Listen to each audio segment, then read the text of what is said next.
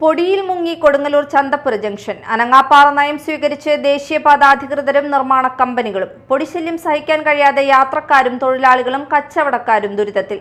ശ്വാസകോശ സംബന്ധമായ പല രോഗങ്ങൾക്കും പൊടിശല്യം കാരണമായേക്കാവുന്ന അവസ്ഥയാണ് നിലവിൽ. ദേശീയപാത മേൽപ്പാല നിർമ്മാണത്തിനൊപ്പം സംസ്ഥാന പാത തകർന്നതാണ് ജംഗ്ഷനിൽ പൊടിശല്യം വർദ്ധിക്കാൻ ഇടയാക്കിയത്.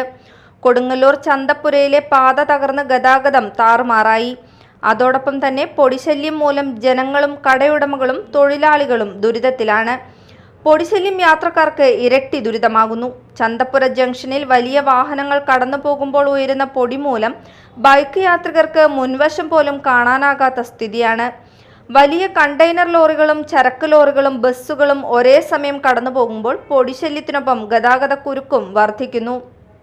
കുണ്ടും കുഴിയും നിറഞ്ഞ റോഡിലൂടെ വാഹനങ്ങൾ കടന്നു പോകുമ്പോൾ ഉയരുന്ന പൊടിശല്യം മൂലം മുഖം പൊത്തേണ്ട സ്ഥിതിയിലാണ് ഇരുചക്ര വാഹന യാത്രക്കാർ ഉൾപ്പെടെയുള്ളവർ. നഗരത്തിലെ പൊടിശല്യം വർദ്ധിക്കുന്നതിനും കമ്പനിയുടെ അനാസ്ഥയാണ് കാരണമായിട്ടുള്ളതെന്നാണ് ആരോപണം. നിർമ്മാണത്തിലെ അശാസ്ത്രീയത പരിഹരിക്കാനും ജനങ്ങളുടെ യാത്രാ സുരക്ഷിതത്വം ഉറപ്പുവരുത്തുവാനും ദേശീയപാത അധികൃതരും നിർമ്മാണ കമ്പനികളും തയ്യാറാകണമെന്ന് നാട്ടുകാർ ആവശ്യപ്പെടുന്നു. ചന്തപ്പുര ജംഗ്ഷനിലെ വ്യാപാരികൾക്കാണ് പൊടിശല്യം ഏറ്റവും കൂടുതൽ ദുരിതമായി മാറിയിരിക്കുന്നത്.